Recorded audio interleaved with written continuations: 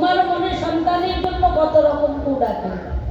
তোমার গোপাল 7 রাজার ধন এক মানিক, তাই তোমার গোপালকে কেউ কেউ মারতে পারে না। ওটা তুমি মনের ভ্রম, তুমি স্বপ্ন দর্শন করেছো। কারণ মায়ের মন তো সন্তানের জন্য কত রকম কু ডাকে, তাই না? তাই তোমার গোপালকে কেউ মারতে পারে না, আমার গোপালকে কেউ মারতে পারে না গো।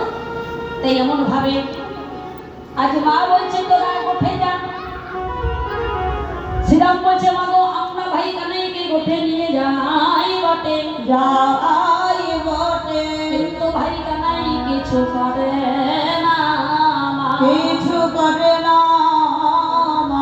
ভাই কানাই কি করে জানো?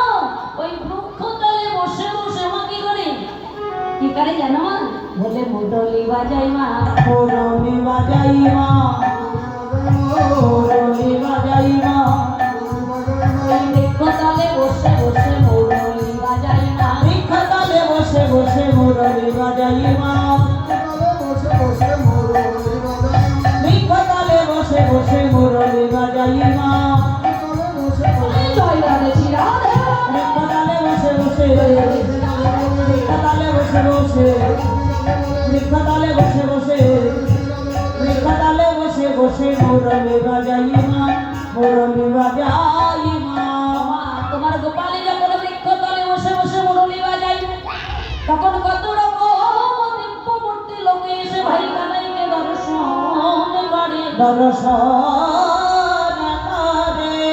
জানো না কত রকম দিব্যমূর্তি লোক সেই লোকে এসে তোমার কানাইকে দর্শন করে, দর্শন করে। প্রথমে যে লোকটি আসে আমার সেই লোকটি কিসে আসে জানো? আমার কিসে আছে জানো?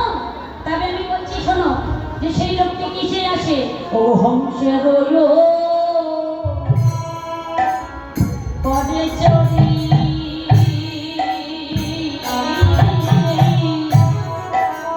চতুর্মুখ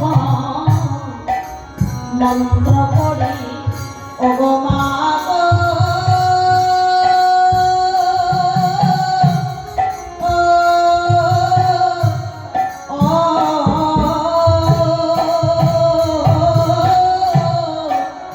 হংসে গো পরে চড়ি, চলোর মুখে মন্ত্র পড়ি,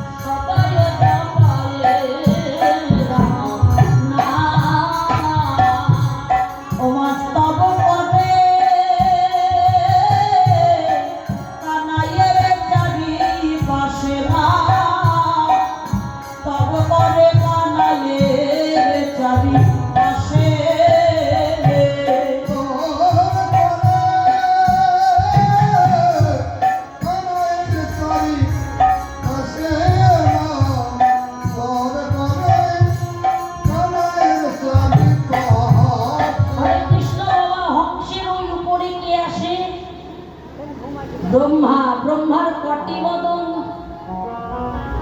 4টি। তাই বলছি জানো মা, সেই যে লোকটি